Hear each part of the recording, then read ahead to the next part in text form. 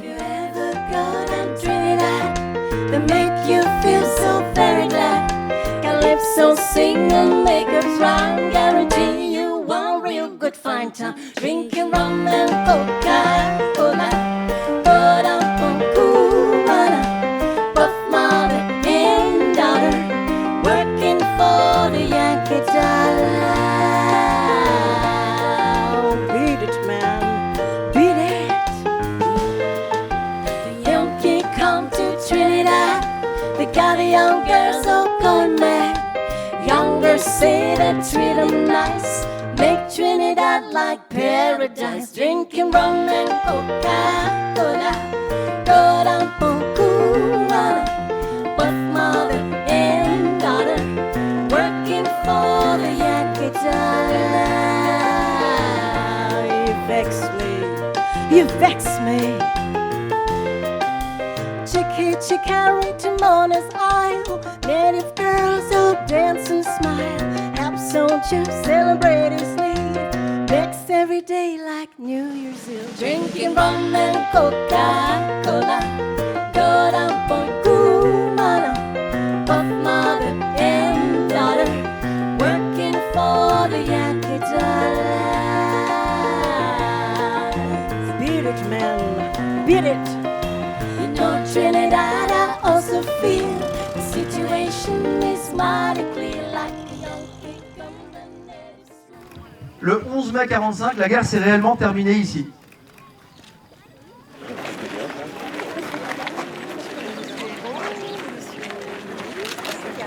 Oui, je suis un des survivants de cette époque. Oui, j'ai 17 ans. Vous portez bien, hein. Ça fait 87 ans, hein. Oui, oui, au moins cette chance-là. Très bien. Les Bouvronais sont très honorés de vous accueillir, Monsieur le Ministre. En ce 11 mai 2015, sur le site de la reddition de la poche de Saint-Nazaire. Dernier moment de la capitulation de l'Allemagne nazie. Le philosophe allemand Emmanuel Kant soutenait que c'est par le mal que commence l'histoire de la liberté, car elle est l'œuvre de l'homme. When I die, hallelujah, by and by, I fly away. Gloria, Gloria, fly away, Gloria, fly away. When I Et l'interprète s'approche. Et le général allemand déclare: je vous remets par ce symbole la reddition de mon arme, la sécurité est mise, et je vous remets avec la reddition des 28 000 hommes sous mon commandement dans la poche de Saint-Nazaire. On a essayé de retrouver la mémoire vivante de Bouvron. Alors, certaines mémoires, évidemment, n'est plus là. D'autres mémoires auraient aimé être là, mais ne pouvaient pas se déplacer. Sauf qu'aujourd'hui, quand même, eh bien, il y a Michel, Louis, Jean, Gérard, Jean, Colette, Maria, ça va revenir, Paul, François, Francine, Madeleine, Charles, dont c'est son anniversaire aujourd'hui. Bon anniversaire, Charles. Louis, Albert, Arthur, Marie-Claude. Voilà une partie, j'ai peut-être oublié quelques personnes. Dont la moyenne d'âge, je peux faire le calcul, 87-88 ans. En 1944, 45, ça allait de 5 ans jusqu'à 13, 17, 18 ans. Donc c'est la mémoire quand on a 18 ans qui va être redonnée aujourd'hui, revisitée.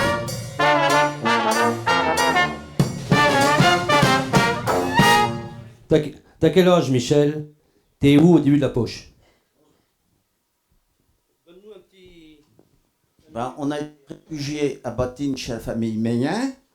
Et après, on a été chez... comment ça s'appelle? À la Guillardais, chez Guinée. Alors, chez Meillen, j'allais écouter la radio de Londres. Sur un poste à Galène. Dès qu'il y avait un autre Allemand qui arrivait, il fallait tout ramasser. Après, moi, j'étais hospitalisé à l'hôpital de Savenay, 2 mois, avec les blessés, dont le tonton.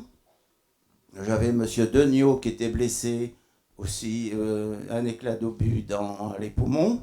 Monsieur Marchand, lui, il était... Je raconte ça parce qu'on était dans une grande salle. Voilà.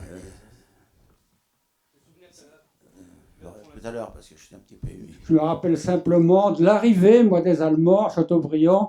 Ils sont arrivés quand il y a eu l'invasion, 1941. Le directeur, à 1h ou 2 du matin, il frappe dans ses mains. Tout le monde debout. Petit pourquoi? Pour prendre les charrettes à bras et emmener notre literie, tous nos bagages, au cercle, en bas, qui habite près de l'hôtel de ville à Châteaubriand. C'est encore la rue de Couéré, si vous connaissez. Et on était parqués dans la nuit. Les Allemands sont arrivés vers 10 ou 11 heures, qui ont envahi l'école. Vous m'entendez? Non, pas très bien. Voilà. Si on vous entend baisser un peu le micro, voilà, ouais. ça va. Les Allemands sont donc arrivés dès le mois de juin à Bouvron. Pour ma part, j'ai vu les premiers sitcars qui s'avançaient vers la route de la gare, vers la gare à l'époque. Alors après, je crois que c'est dès le mois de juillet, un camp allemand a été installé derrière l'église, dans les prés de la Périgauderie. Ça, c'est oublié, personne, on en parle très très peu. Et donc il y a eu pendant toute cette période, périodiquement, des troupes allemandes à Bouvron.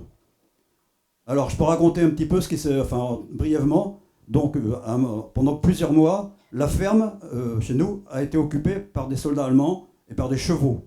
Donc pendant plusieurs mois, on a côtoyé quotidiennement soldats, chevaux et nous, bien sûr, au travail. Sans évidemment avoir beaucoup de relations, mais par contre là, c'était déjà un peu hétéroclite, l'armée allemande. Il y avait des soldats allemands, bien sûr, en particulier un très jeune.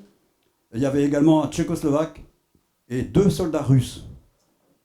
C'est très important parce que le dialogue, un jour, ces soldats russes ont essayé de me parler. Mais impossible évidemment de communiquer. Voilà, donc alors ces soldats-là sont partis dès le débarquement en Normandie. Ils ont quitté Bouvron définitivement. C'est intéressant de savoir que la guerre en Europe s'est terminée le 11 mai. Peu de gens le savent, sinon les gens de la région. Donc j'avais envie d'écrire quelque chose sur l'histoire de la poche de Saint-Nazaire. En plus, je suis régional, puisque j'habite Nantes. Mais par le biais du polar. Mon objectif n'était pas parler de l'histoire de la poche de Saint-Nazaire, mais de raconter un polar qui s'intègre dans la grande histoire. Pourquoi Bouvron? Alors ça, Bouvron, ça c'est la liberté de l'auteur. Bouvron parce que dans la mesure où je situais mon action dans le cadre de l'histoire de la poche de Saint-Nazaire, ça me paraissait intéressant de parler de Bouvron. Parce que Bouvron joue un rôle particulier dans cette histoire de la poche, puisque c'est là que les troupes allemandes se sont rendues. Donc il fallait à un moment ou un autre citer Bouvron. Et la commune présentait un autre avantage, c'est qu'elle est historiquement en limite de la poche, ce qui était intéressant pour mon intrigue. Donc j'ai retenu Bouvron.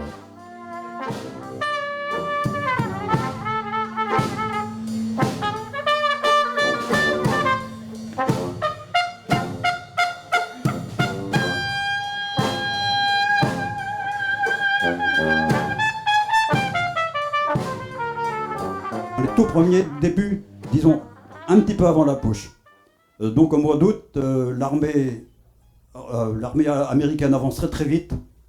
Les soldats allemands s'enfuient le plus vite possible également en direction de Saint-Nazaire. Alors j'ai été témoin justement, malheureusement, des premiers jours où les premiers Bouvronais sont morts.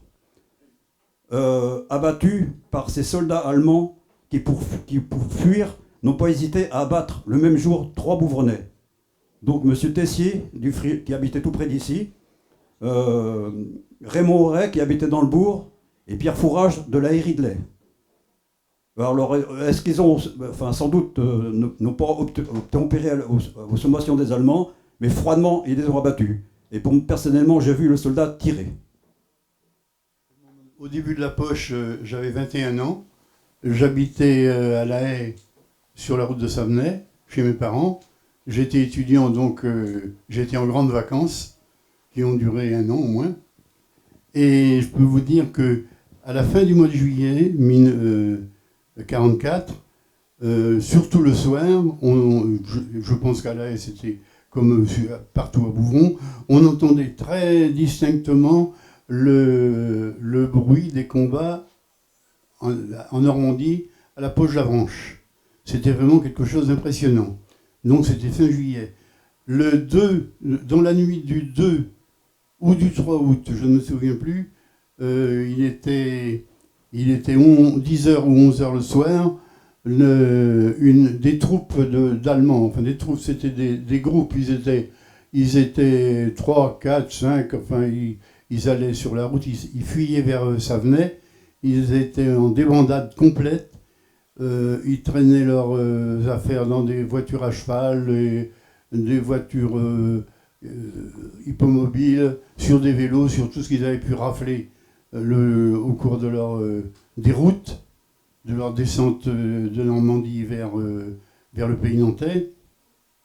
Ils ont envahi toutes les maisons du village et ils demandaient à boire. Ils étaient exténués, épuisés, le moral était à zéro, ça je peux vous le dire. Et ils demandaient surtout si dans le coin il y avait des terroristes. Ils se seraient bien rendus, mais pas terroristes. Alors les terroristes, ils appelaient les terroristes, c'était les FFI et les partisans qui les avaient harcelés au cours de leur descente de Normandie vers les pays de la Loire. Alors on leur a donné à boire, on n'était pas fiers, on pensait bien notre dernière heure venue, nous aussi. Et ils sont repartis, au bout d'un bon moment, hein, je ne sais plus combien de temps ils sont restés, ils sont repartis vers Savenay, et quelques jours après, on les a vus, enfin peut-être pas ceux-là, mais d'autres, repartir dans l'autre sens, aller vers Blain. Là, ils étaient repris en main par leur commandement, par leurs officiers, et ils allaient vers Bouvron. Ils ne sont pas allés très loin d'ailleurs parce que les routes étaient coupées, le pont de Villouin avait sauté, le pont Serein avait sauté. Ils allaient participer au front de la poche de Saint-Nazaire. Pour agrémenter le propos de chacun des témoins vivants qui sont autour de nous, eh bien, nous avons l'honneur de recevoir parmi nous trois historiens. Trois historiens qui viendront agrémenter, je dirais, de leurs propos et de leur éclairage tout à fait intéressant, eh bien, les témoignages de chacun d'entre nous. Pour avoir eu en main donc, tous les journaux du général Patton, le premier plan de Patton pour la Bretagne n'était pas de la libérer. Patton, au départ, ne voulait pas libérer la Bretagne, ça ne l'intéressait pas. Lui, ce qu'il voulait, c'est aller sur Berlin, sur l'Allemagne, le plus rapidement possible. Et il avait dans ses plans d'isoler la Bretagne en faisant un débarquement et un port artificiel du côté de Quiberon et puis la mer, enfin, le golfe du Morbihan, et un parachutage du côté de Saint-Malo. Bon, ça n'a pas été fait. Donc Patton, le 31 juillet, a pris en charge sa troisième armée après l'opération Cobra en Normandie, le pilonnage de tous donc fait par les Américains, où ils ont même tué les Américains. Et là, c'est le 8e corps du général Middleton qui a été chargé de libérer la Bretagne. Mais les ordres de Patton, au tout départ, étaient formels. Il ne fallait pas du tout s'arrêter quand il y avait une opposition. Je vais tout de même dire un mot, effectivement, des forces FFI autour de la poche de Saint-Nazaire, parce que j'imagine qu'aujourd'hui, on a des pensées pour les convois américains, mais il faut tout de même dire qu'autour de la poche de Saint-Nazaire, il y avait aussi des soldats français.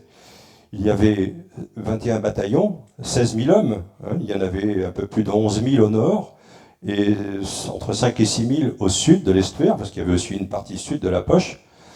Et ces bataillons FFI étaient pour certains originaires de Loire-Inférieure, il y en avait 5, et tous les autres venaient de régions extérieures qui avaient été libérées par ces bataillons FFI.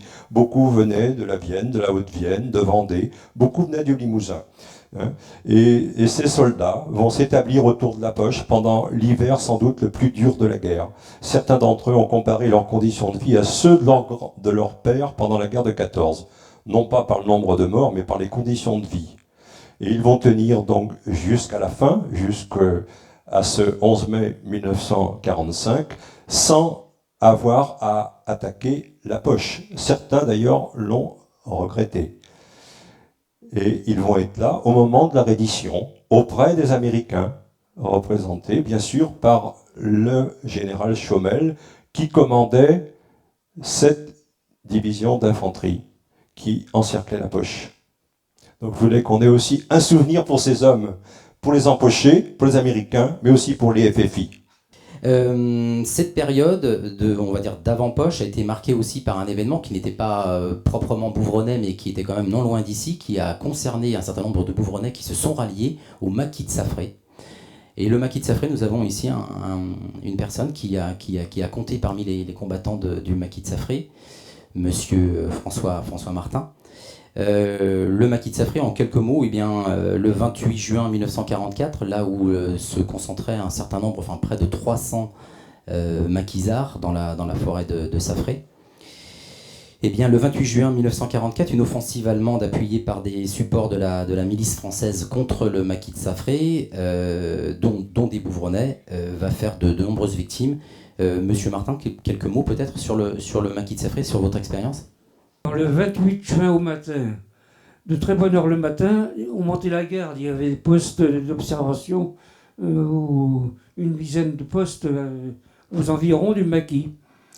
Et les gars qui montaient la garde à ce moment-là avaient entendu déjà de très bonne heure le matin des camions qui avançaient vers nous. Et on a été prévenu que à 6 heures du matin, et même plus tard, je crois. On nous dit, les gars, vous êtes encerclés. Débrouillez-vous. Bon, alors, comment vous dire après? Bon, oui, alors, nous sommes partis dans la direction de la ferme du Pas du Haut. Oui. Et alors nous sommes passés par le bois des Ajoncs, où 5 gars qui faisaient partie du maquis ont été massacrés par les Allemands. Des gars de Jouy-sur-Erdre. Je ne suis pas certain. Et puis bon, alors nous continuons à travers champs. Et en nous arrivant à un moment donné, devant une haie, il y a un des copains qui a crié « Oh les Boches !» Moi, je ne les avais pas vus. Alors, aussitôt, on était tombé à 20. Je disais à Charles Bretéché, qui est décédé maintenant, on était l'un derrière l'autre. Je dis, on était à 30 mètres des Allemands. Il dit « Ouais, François, on n'était pas à plus de 20 mètres quand ils nous ont tiré dessus. » Et puis mais heureusement, ils ont maintenu leur position pendant un moment. C'est ce qui nous a permis de reculer progressivement. Et ça tirait toujours, bien entendu, mais on s'éloignait et les Boches, pour dire le mot, tenaient toujours leur position. C'est bien que progressivement, on est arrivé à la ferme des Brés. Et puis alors, on trouve le commandant Marionneau, c'est un gendarme de Blain. Et on lui dit, qu'est-ce que t'en penses? Par où on va? Il dit, j'en sais rien, foutez le camp par là, et en direction de la route de Nord à Joué, il me semble. Hein? Oui, pardon. Non, merci. Merci, oui, je voulais aussi ajouter par rapport... Merci. S'agissant du Vous me touchez beaucoup, je vous remercie tous. Merci monsieur Martin. Merci beaucoup. Je suis obligé malheureusement de regarder un peu mon chronomètre. Excusez-moi.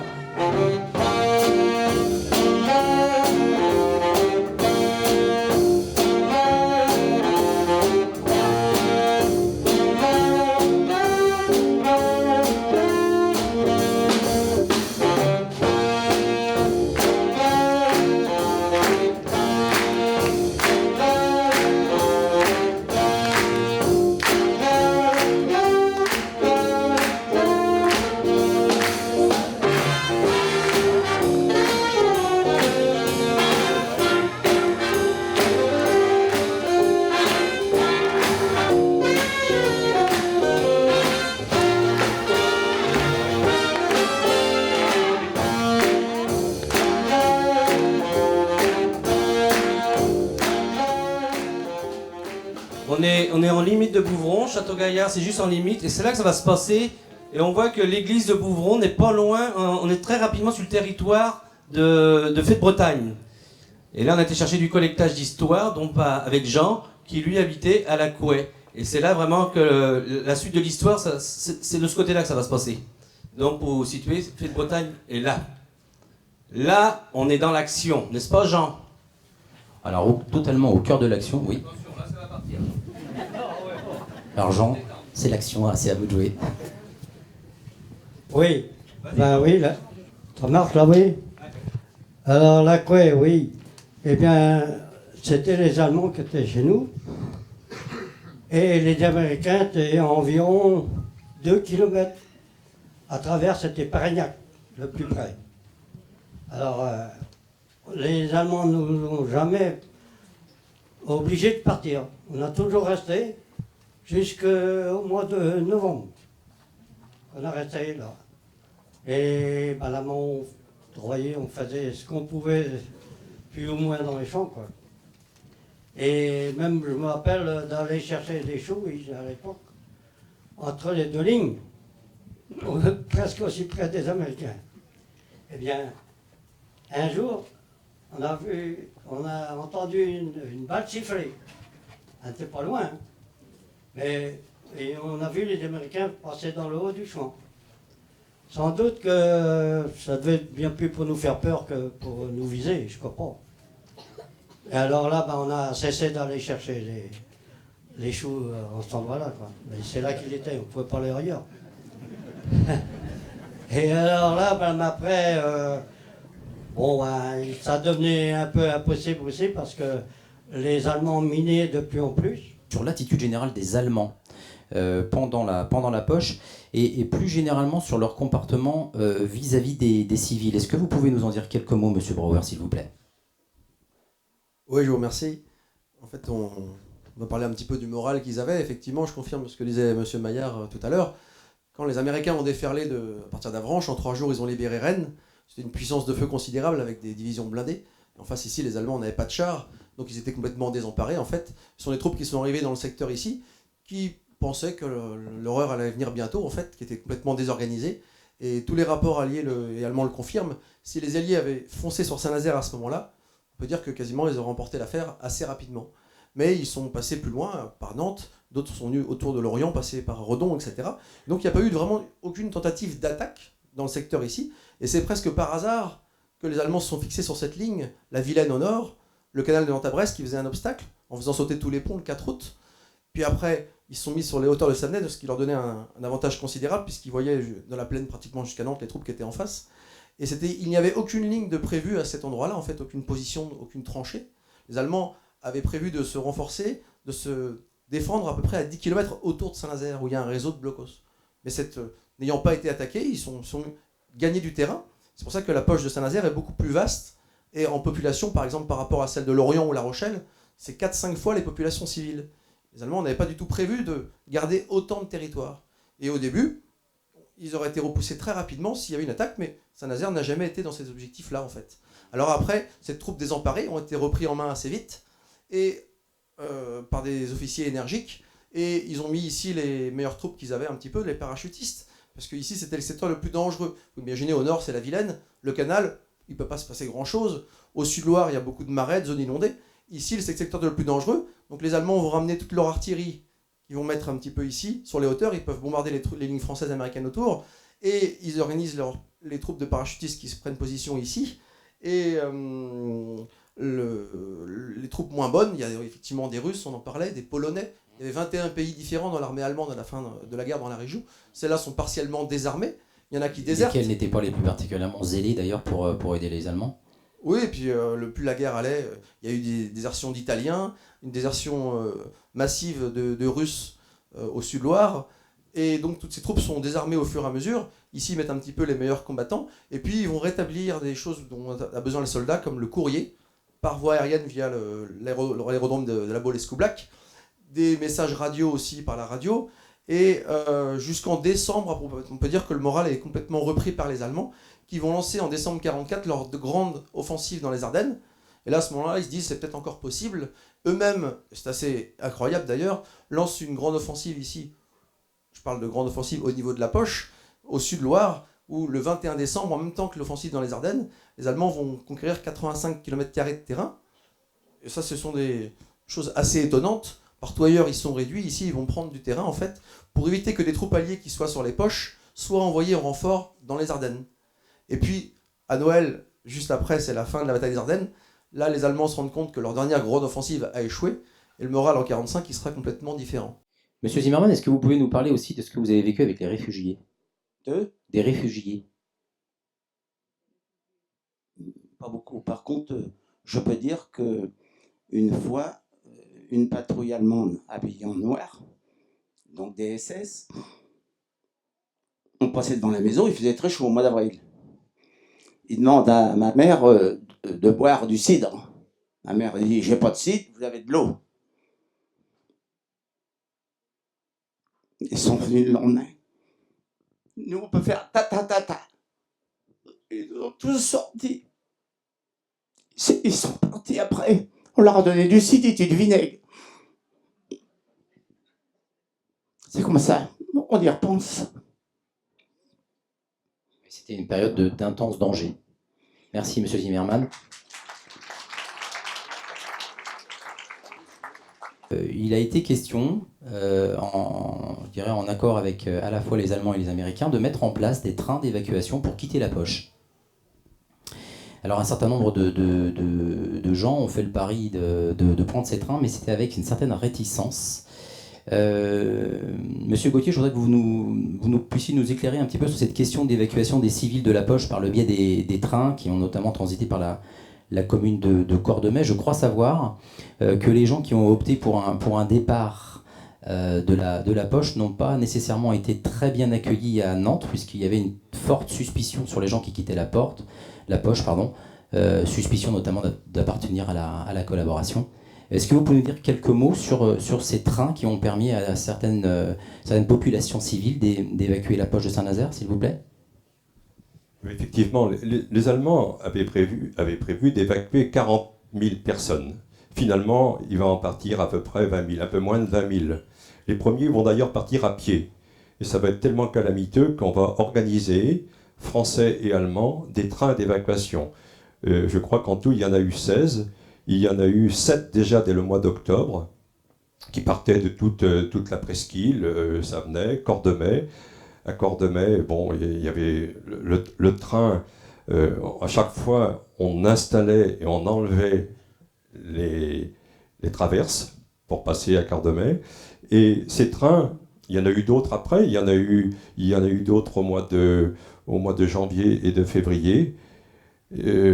À chaque fois, il y avait 1000 à 1200 personnes dans chaque convoi. On a appelé ces trains les trains de pitié ou des trains de la honte, et je crois à raison, puisque les conditions d'évacuation de ces familles ont été vraiment calamiteuses. Ils étaient fouillés au départ, au milieu, à l'arrivée, par les Allemands, par les Américains, par les Français. Ils avaient le droit d'emporter très peu de choses, 2000 francs par adulte, 1000 francs par enfant, un vélo, une voiture d'enfant, le bagage à main, et surtout pas de papier. Parce qu'effectivement, il y avait une suspicion générale par rapport aux empochés. Donc, finalement, très peu de gens sur les 130 000 civils au départ sont partis. Et la plupart sont restés dans la poche jusqu'au bout. Je voudrais parler de d'un passage qu'a évoqué Jean Drujon tout à l'heure par la Couée, parce que je suis allé à Nantes le 2 octobre et j'en suis revenu le 3 octobre. Alors, on avait entendu, j'avais besoin d'aller à Nantes parce que j'étais étudiant et je ne savais pas si les cours allaient reprendre ou avaient repris, donc je voulais m'enseigner. On avait entendu dire qu'il y avait des convois qui partaient de la laiterie de Bouvron à la Malrue et qui allaient vers Fête-Bretagne, qui emmenaient des gens pour passer la ligne. Donc un matin, le 2 octobre, je me suis pointé avec mon vélo dans la cour de la laiterie de Bouvron. Là, il y avait une vingtaine de personnes qui attendaient. Il y en avait en vélo, il y en avait à pied, il y en avait avec des voitures d'enfants. Et nous sommes partis sous la direction d'un cavalier. J'ai toujours retenu ça. Il y avait un monsieur à cheval, je ne sais pas qui c'était, et qui nous indiquait le chemin. Alors nous sommes partis par le chemin de Gautret, par la Pivolet, par la Couée, et là, entre la Couée et la Billière, nous avons pris à droite à travers champs. Ah, il cherche. Comment? De la laiterie dans le bourg. Oui, c'est le chemin classique qu'a énuméré Jean Drujon. Et nous sommes allés donc sans difficulté aucune, hein, la caravane d'une vingtaine de personnes. Nous sommes arrivés à Parignac et puis après à la Courbe. Et c'est à la Courbe que j'ai vu les premiers soldats américains. Ils n'étaient pas nombreux d'ailleurs, hein, je l'avais remarqué. Donc j'étais accompagné de Pierre Huitema, le fils du directeur de la laiterie de Bouvron. Et nous sommes partis à Nantes en vélo, sans difficulté. À Nantes, je me suis renseigné. Rien n'était organisé. Nantes était libérée depuis 1 mois et demi, donc il n'y avait aucune organisation. J'ai fait quelques achats.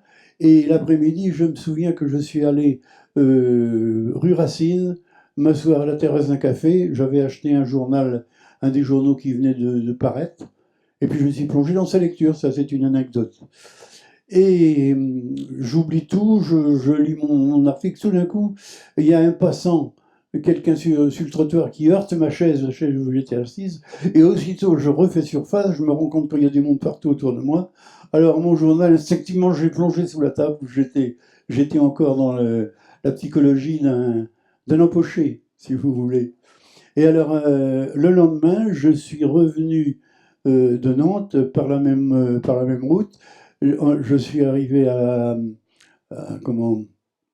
la Courbe Parignac, le même chemin, mais tout seul, cette fois-là, sans difficulté, sans obstacle. En arrivant à la Couée, je tombe sur une patrouille allemande de deux soldats allemands qui me demandent ce que je fabrique là. Je leur explique mon affaire, hein, tranquillement. Et puis il dit, monsieur, égal, vous Bouvron ou vous faites Bretagne, mais pas de retour, ni retour. J'en demandais pas plus, je suis rentré à La Haye.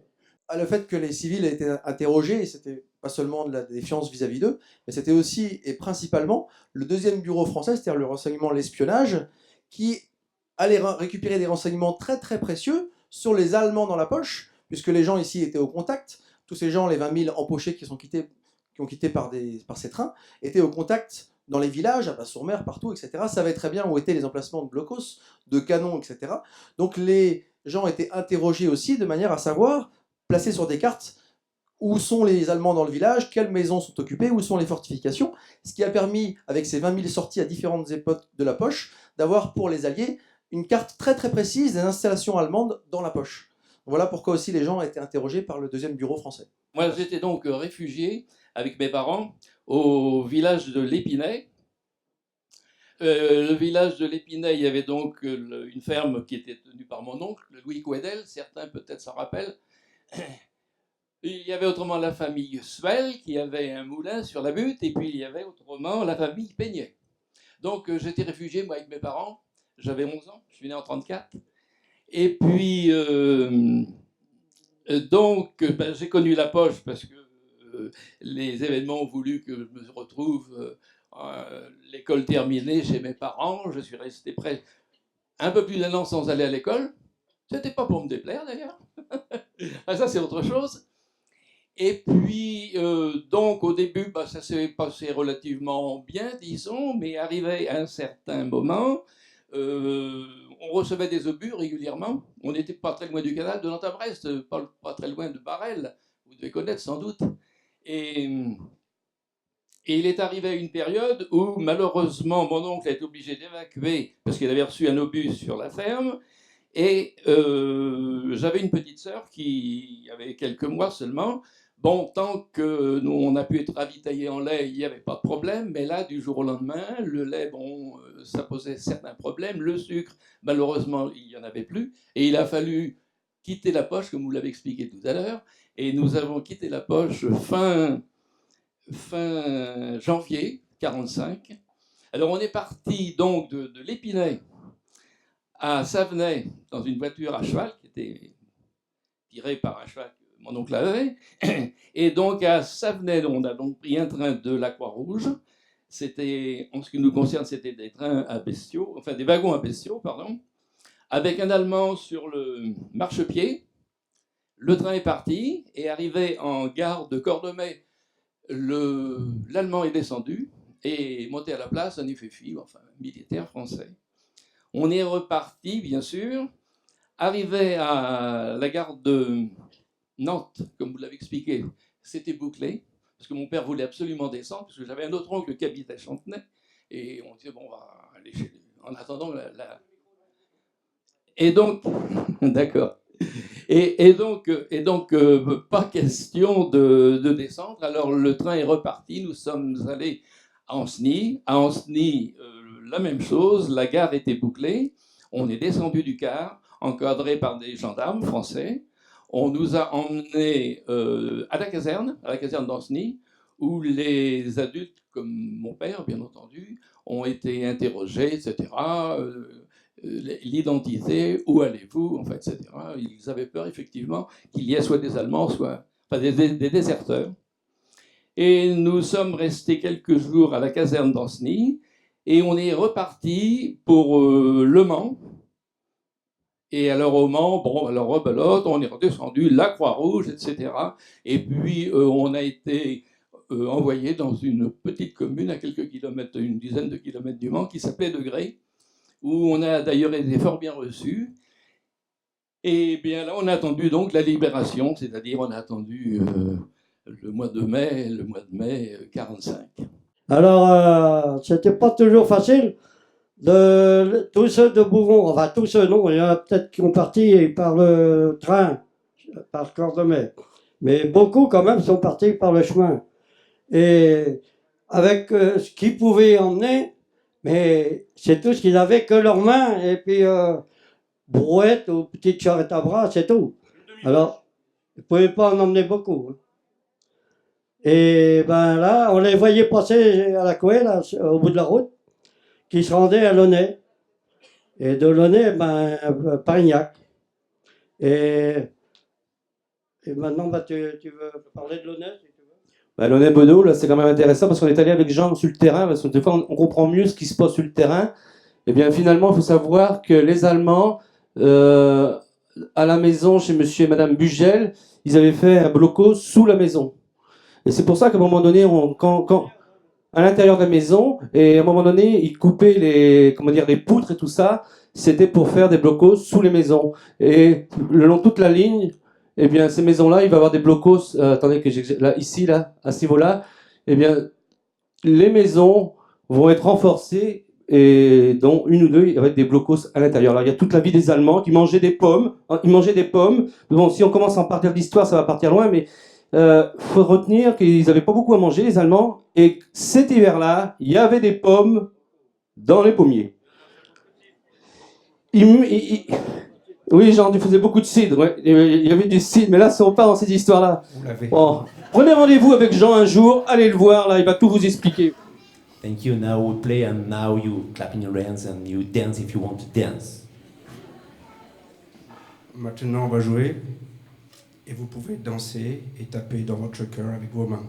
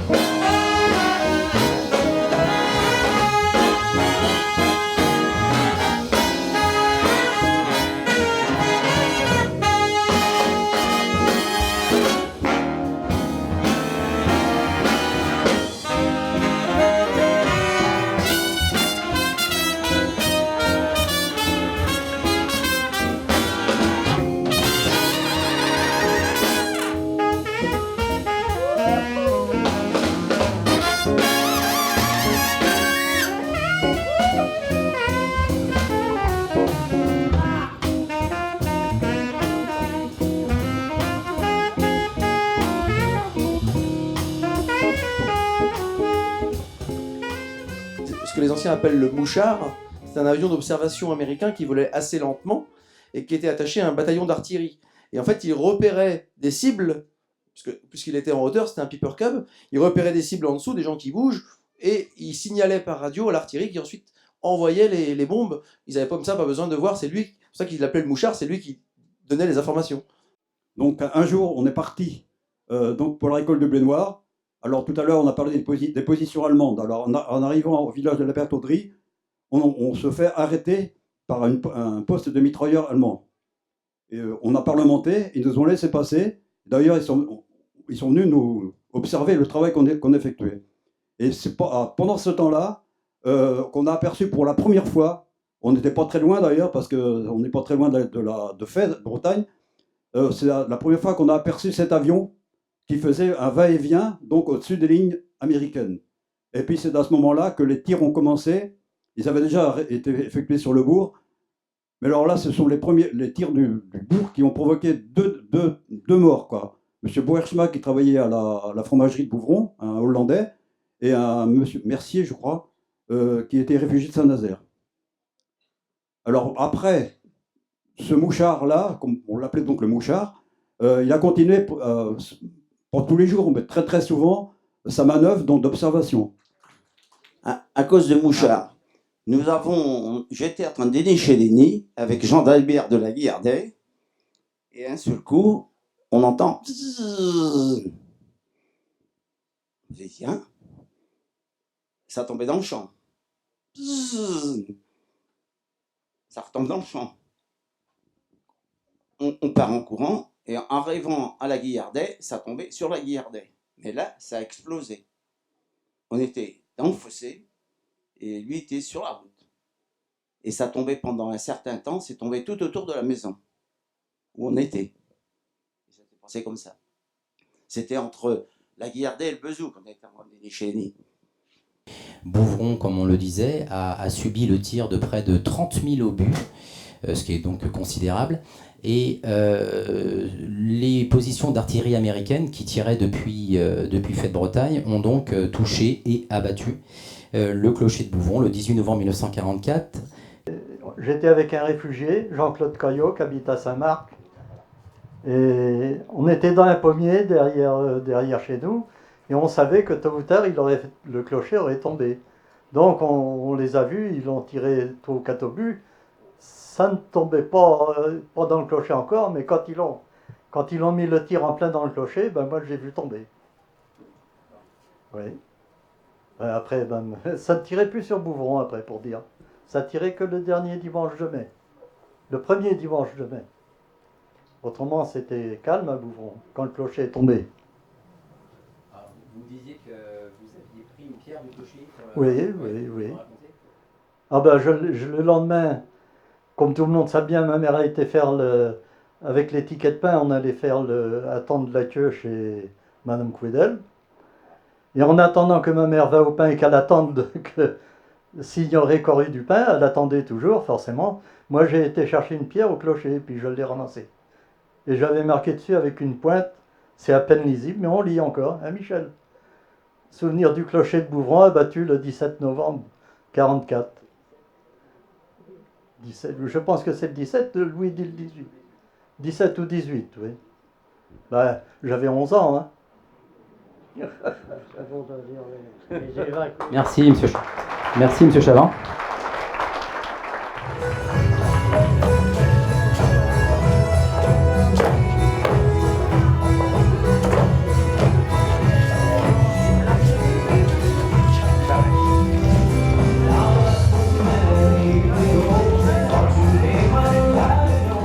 Dites-nous un peu, dans quel état d'esprit sont-ils, ces occupants?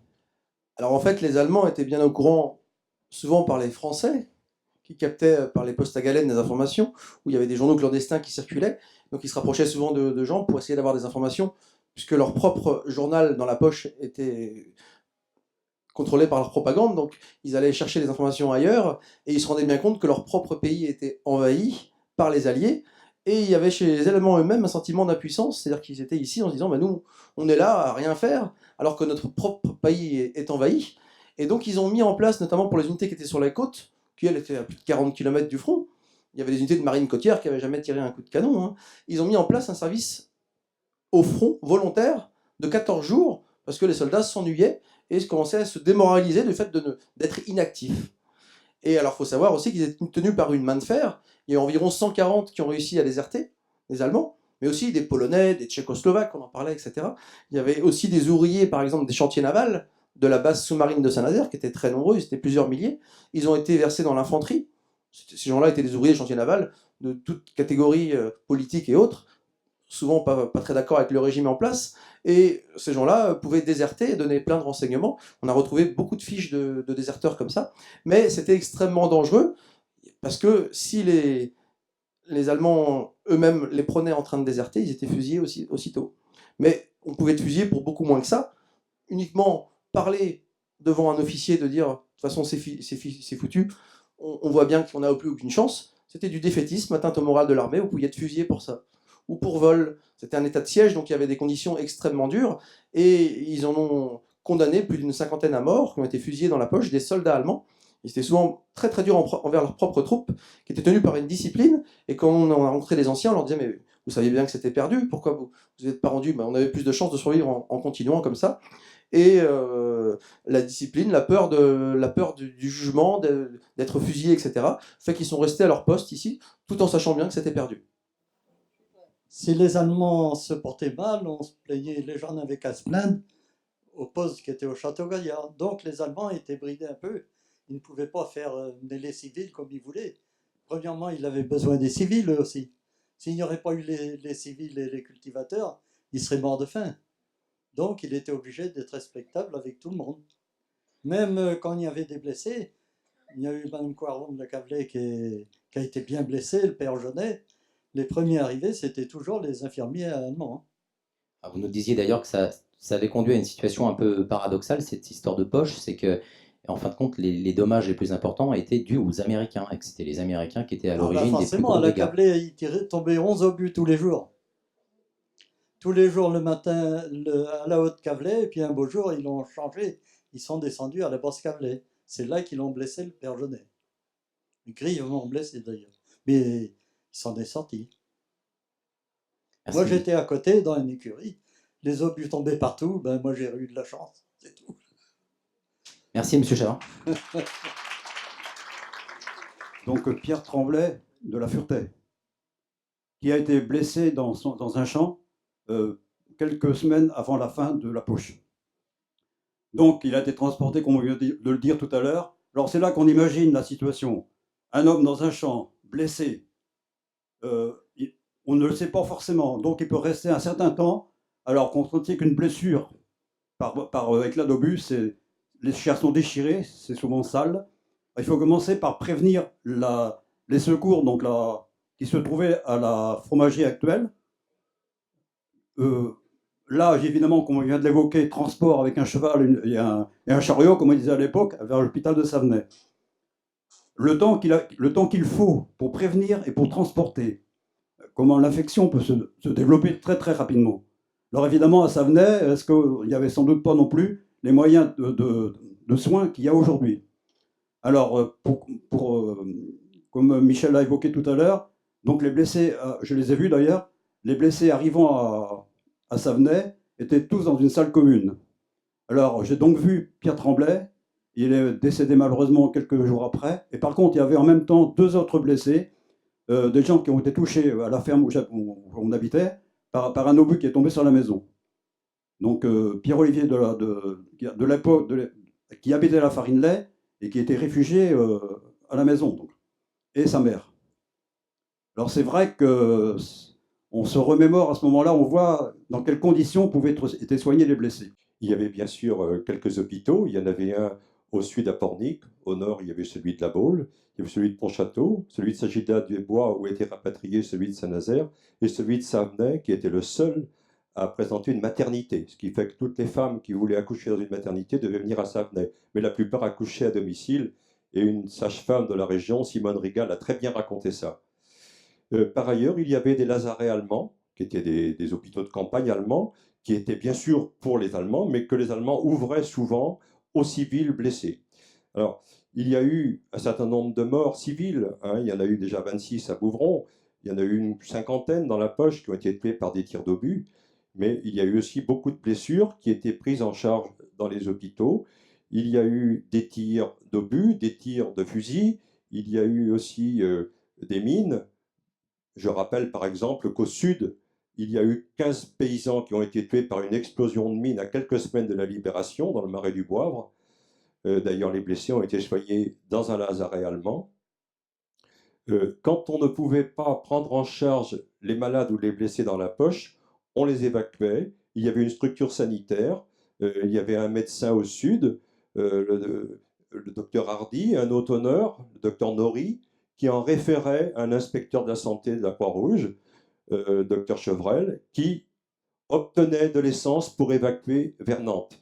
Mais parfois, on n'y arrivait pas à temps. J'ai le cas, par exemple, d'un jeune qui avait une péritonite à Paimboeuf. Il a été évacué. Tous les évacués passaient même du nord, passaient par le bac de Mendin et sortaient par le sud, par la Birochère, par Pornic, pour rejoindre Saint-Jacques à Nantes.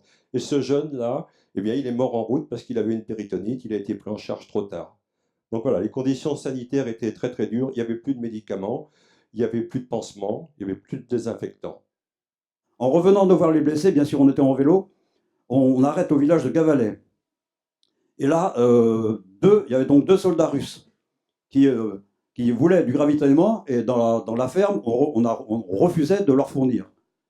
Ils étaient furieux, ils sont sortis, ils nous ont entourés, et alors l'un d'eux a sorti immédiatement un revolver.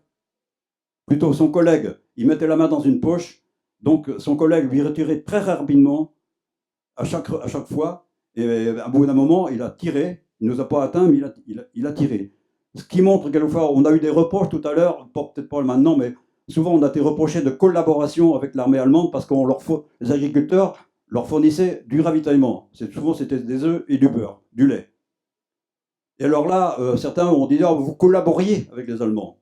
Non, c'était plutôt un échange, une espèce de coexistence qui s'était établie entre les agriculteurs et les soldats allemands qui nous apportaient du gasoil.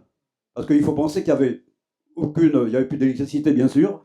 Donc il fallait quand même, c'était l'hiver, une grande partie de l'hiver, s'éclairer dans les étables, dans la maison. Donc il y avait un espèce de troc qui s'établissait, quoi. Alors j'ajoute tout de suite là, en cas de refus, c'était le cas donc à Gavalet, en cas de refus, qu'est-ce qui pouvait se passer? Voilà, les risques qui pouvaient être encourus. Monsieur Brouwer me disait tout à l'heure, qui était donc le conservateur de musée du Grand Blocos, nous disait qu'il avait, dans son périple de véhicules anciens de la 66e division d'infanterie, circulé avec des vétérans américains, là, à Cordemais, et puis dans les communes de la côte. Et bien là, nous leur rendrons hommage à ces vétérans. Et c'est un hommage tout à fait, on va dire, circonstancié pour Ray, puisque Ray est la fille d'un GI américain qui est venu libérer la France en 1945. I was a proud veteran that served my country well. To those that will listen, I had many stories to tell. We fought for America's freedom in faraway places on foreign land. Wherever the battle for democracy raged, American fanatics made a stand. We fought for your future and the right to remain free, for we saw what freedom meant to those not blessed with liberty. For you and yours, we will gladly have given our life. We face the fears and perils of a battle. We brave endless turmoil and strife. Please remember us, veterans, and the sacrifice we made for you. Please share the blessing of freedom.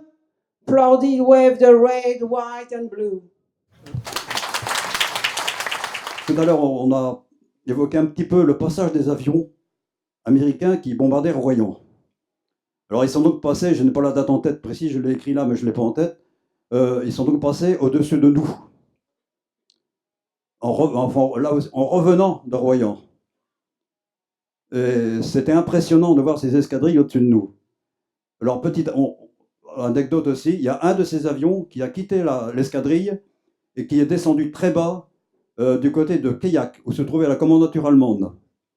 Et d'ailleurs, je crois que dans quelqu'un qui a écrit l'histoire du village, il raconte cette anecdote.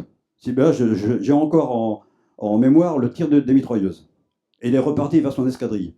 Alors là, on savait que ça allait se terminer, mais on a eu peur, une peur terrible, en voyant ces avions et en apprenant que la poche du Royan avait été pratiquement rasée. Alors la grande question qui nous préoccupait à ce moment-là, est-ce que ça va être de notre tour bientôt? Donc lorsqu'on a appris que l'armistice était signé avec les Allemands, c'était un ouf de soulagement. L'attaque de la poche de Saint-Nazaire était programmée par l'état-major français pour le 20 mai 1945. Il y avait eu la poche de la Pointe de Grave, la poche de Royan, 18-20 avril, la libération de l'île d'Oléron par une opération de débarquement français, l'opération Jupiter. C'était libéré en 2 jours. Après, toutes ces forces devaient remonter, libérer la poche de La Rochelle et attaquer celle de Saint-Nazaire pour le 20 mai. Mais effectivement, tout le monde ici craignait, après le passage des 1300 bombardiers qui ont été rasés la ville de Royan, être libéré 15 jours avant la fin de la guerre, au 20 avril 1945, alors que les gens avaient eu l'attente en plus, comme les autres empochés d'ici. Monsieur Moreau est intervenu en tant que brigadier de la police militaire française pour libérer La Baule. Et le jour même de la reddition, le 11 mai 1945, Monsieur Moreau, à 8 heures, vous libériez La Baule, soit environ 2 à 3 heures avant, 3 heures avant la reddition de Bouvron. Vous pouvez nous en dire quelques mots, s'il vous plaît? Oui. D'abord, après avoir fait de la prison avec les Allemands, j'avais 18 ans. À Mont-de-Marsan, j'aimais pas les Allemands. Alors j'ai voulu rejoindre les Alliés par l'Espagne, et j'ai pas eu de chance, la gendarmerie allemande m'a arrêté et mis en prison.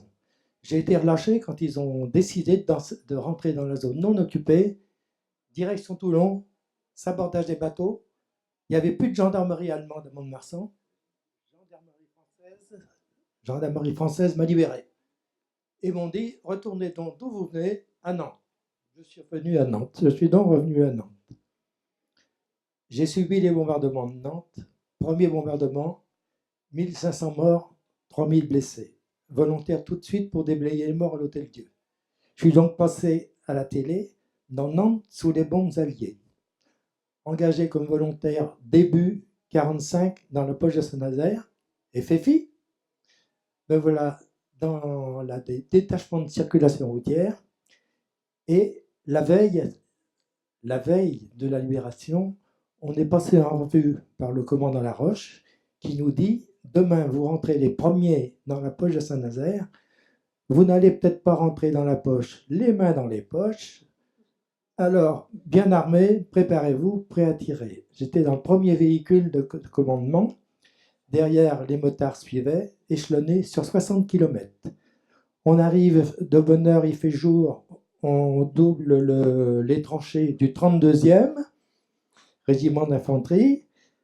On arrête et on demande où sont les Allemands. Il y en a quelques-uns à 300 mètres. Alors préparez-vous, prêts à tirer. Prêt à tirer une balle dans le canon. On avance doucement. Un petit avion américain nous survole pour voir si tout se passait bien. Je libère, ça venait, on a des fleurs. J'arrive à La Baule, 8 heures. Voilà, facile, très facile. J'ai eu la chance d'escorter par la suite le général de Gaulle et j'étais avec le président Sarkozy il y a 4 ans, invité personnellement, la poche de Saint-Nazaire.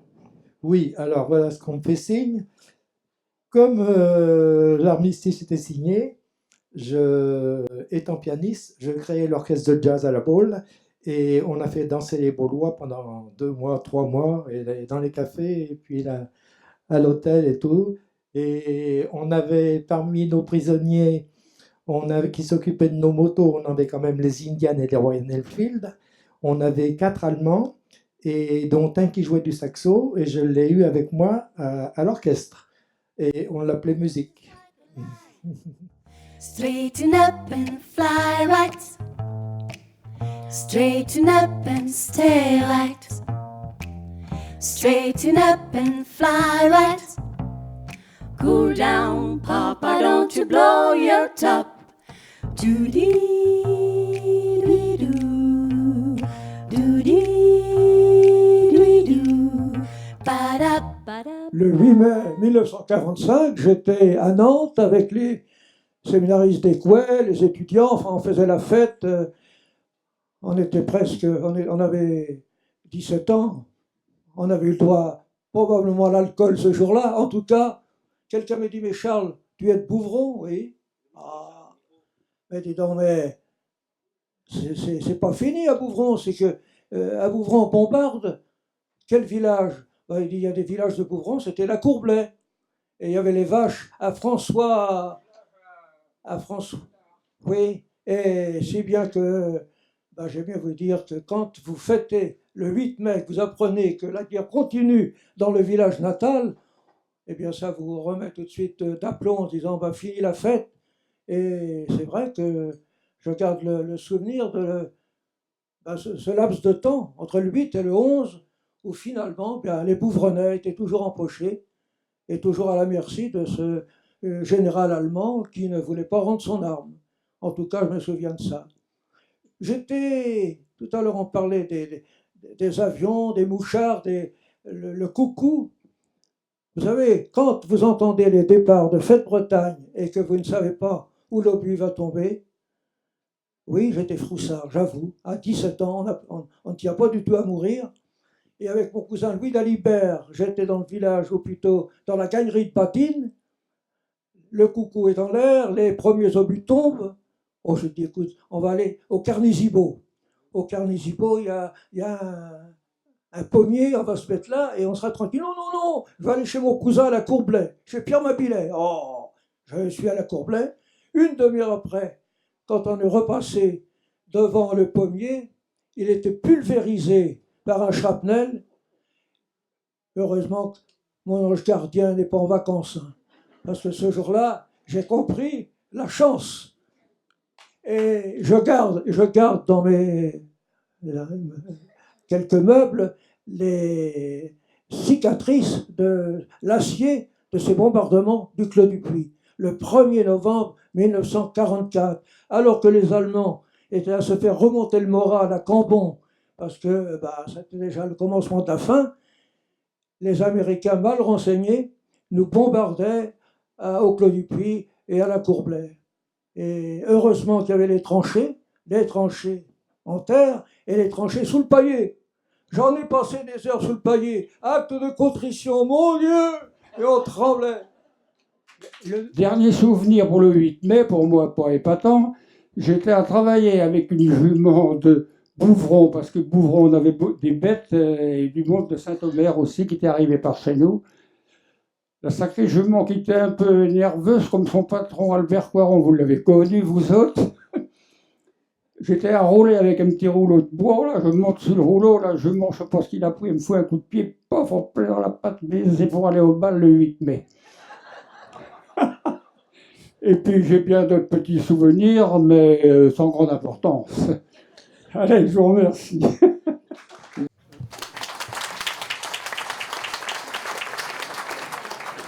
Le 11 mai, moi j'étais déjà commis de ferme en ce temps-là. Et le matin, on part chercher une charretée de trèfle, puisque c'était le mois de mai. J'étais chez Voyant au Bourbeuf. Et on entend, on était tous les deux dans le tombeau et puis les bœufs, puisque c'était comme ça. Puis on entend de la musique. Alors mon patron et puis moi, on se regardait tous les deux, puisqu'on était habitués aux obus. Ça changeait un petit peu on n'était pas habitué à entendre la musique. Alors on va chercher notre charretée de trèfle. Quand on revient, il y a Joseph Anison qui dit à mon patron, il me dit, tiens, il paraît que la guerre est finie. Alors c'est comme ça, mais moi j'ai pas vu les Allemands se rendre. À la veille de la reddition définitive, donc c'était le 10 mai 1945, c'était la fête de l'Ascension. Et à l'époque, il y avait presque personne dans le bourg. Simplement les secours qui se trouvaient à la fromagerie et le prêtre et des religieuses et quelques autres personnes qui se trouvaient à la minoterie. Donc on allait encore à la messe à la minoterie, et je me souviens y être allé, et là, c'est là qu'on a appris. Il faisait un temps radieux, un soleil magnifique, tout le monde on savait que la guerre était terminée, mais on ne savait rien de plus. Et alors là, on a appris, on est resté à discuter dans la cour de la minoterie, ceux qui connaissent voient où ça se trouve, par petits groupes, chose qu'on ne faisait pas auparavant, par peur du danger. Et là, il y avait une affiche sur la porte des écuries, parce qu'il y avait des chevaux à l'époque, donc une affiche qui indiquait les premières consignes à la population. Je ne me souviens plus du tout du texte, mais je me souviens très bien de l'affiche. Donc c'est le 10 mai. Alors le 11 mai au matin, un temps couvert, gris, triste, complètement différent de la veille. Alors, de bonne heure le matin, on entend quelqu'un du bourg sans doute, et pour la nouvelle, les Américains arrivent. Alors, bien évidemment, tout jeune à l'époque, on a vite fait de venir vers le bourg. Donc, au carrefour actuel, on a vu passer devant nous donc les premiers convois, des soldats qui déjà étaient passés. Des soldats américains au départ, qu'on n'a pas. Alors, un petit détail, on ne les a pas applaudis. Alors, on peut comprendre pourquoi. On était content de la libération, mais on avait quand même près de nous toutes les ruines, et en même temps le souvenir de ceux qui avaient été tués ou blessés par leur artillerie. Et aussitôt après, surprise, des camions avec des soldats français. Parce qu'on ignorait complètement, on ne parlait que des Américains, on ignorait complètement qu'il y avait des troupes françaises sur le front de la Poche. Du fait qu'on était complètement coupé de l'extérieur, sans aucune nouvelle, aucune. Donc là, tout d'un coup, quelqu'un dit « ils vont au champ de course », donc le terrain de la reddition actuelle. Alors on se précipite, bien sûr, en courant, pour suivre les camions, et alors arrivé à la route de Cambon, l'avenue des Roses actuelles, donc la police militaire américaine nous arrête.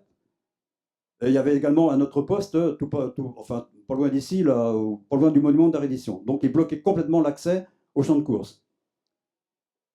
Évidemment, on est passé à travers champs et on a grimpé dans les haies, juste à l'entrée, à une des entrées du champ de course, qu'on peut encore remarquer aujourd'hui. Et là, on a vu devant nous, dans la prairie, donc les soldats français d'un côté, les soldats américains de l'autre qui étaient alignés. Et au fond, on apercevait d'autres personnes, une milice militaire, puis d'autres personnes, mais on était assez loin, on n'a pas pu remarquer. Et presque aussitôt, des véhicules allemands sont arrivés venant de la route de Cambon. Ils se sont arrêtés juste à quelques mètres de nous, donc j'ai très bien le souvenir de les voir descendre de leur véhicule et pénétrer sur le terrain. Ça s'est passé très rapidement, ils se sont avancés très rapidement vers le fond du terrain. On a entendu une musique militaire, apparemment les soldats français et américains ont présenté les armes, et aussitôt ces officiers allemands sont remontés dans leur voiture, mais cette fois accompagnés des militaires français et américains. Donc ils étaient cette fois prisonniers. Alors après, donc les soldats américains et français, surtout américains, nous ont distribué des friandises, du chewing-gum, et en particulier, certains détails, mais enfin ça compte, en particulier du café en poudre. On ignorait que ça se faisait, on est habitué à boire du café fait avec de l'orge. Alors concernant la reddition proprement dite, le geste de reddition, on ne l'a pas vu. On a simplement vu la cérémonie préparatoire et la sortie des officiers allemands.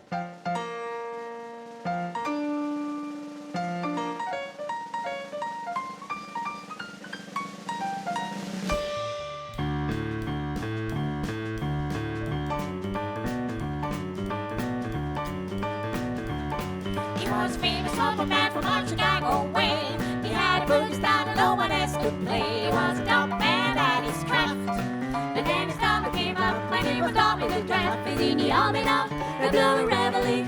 It's the boogie woogie bugle of Company B. You really blow him bugle for his Uncle Sam. You really brought him down because good and jam. Juste avant que tout le monde passe, je pense qu'on peut faire un applaudissement au travail de mémoire, à la présence de François, Louis, Jean, Michel, Arthur, car l'histoire avance, la vie avance, on a encore de la mémoire vivante.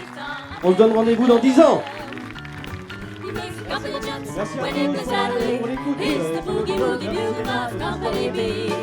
He was hot boogie woogie bugle of Company B. And when he plays boogie woogie bugle was as busy as a bee.